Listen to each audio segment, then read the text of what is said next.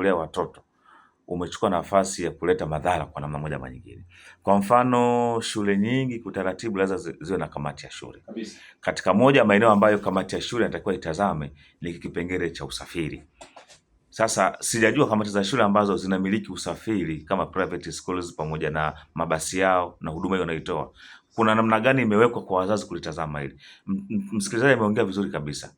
Wakati mwingine inatakiwa vyombo vya usalama, ila kabla vyombo vya usalama, wewe umempeleka mtoto wako shule wewe.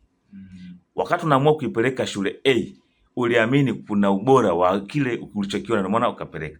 Moja ya sababu hiyo ni kufaulu, lakini pia atafikishwa mtoto wako shule kwa usafiri ambao uko rasmi. Umeelewa?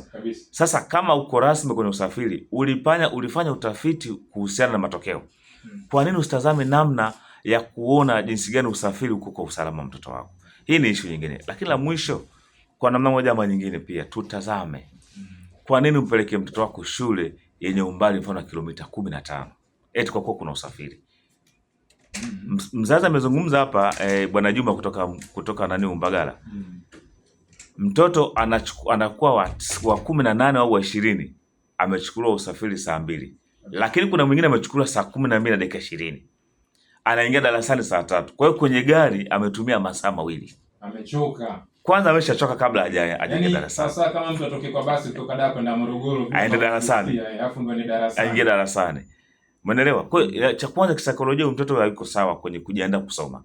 Lakini kama unamchukua mtoto anakwenda shule, mfano sisi tuko hapa mtaa Lumumba ambao unajulikana. Sasa unampeleka mfano mtaa wa Nkuruma. Ni mitaa 6 kutoka hapo, mitaa 3. Unamfikisha kwa mguu taratibu, tena unamfanya achangamke kabla hajaingia darasani.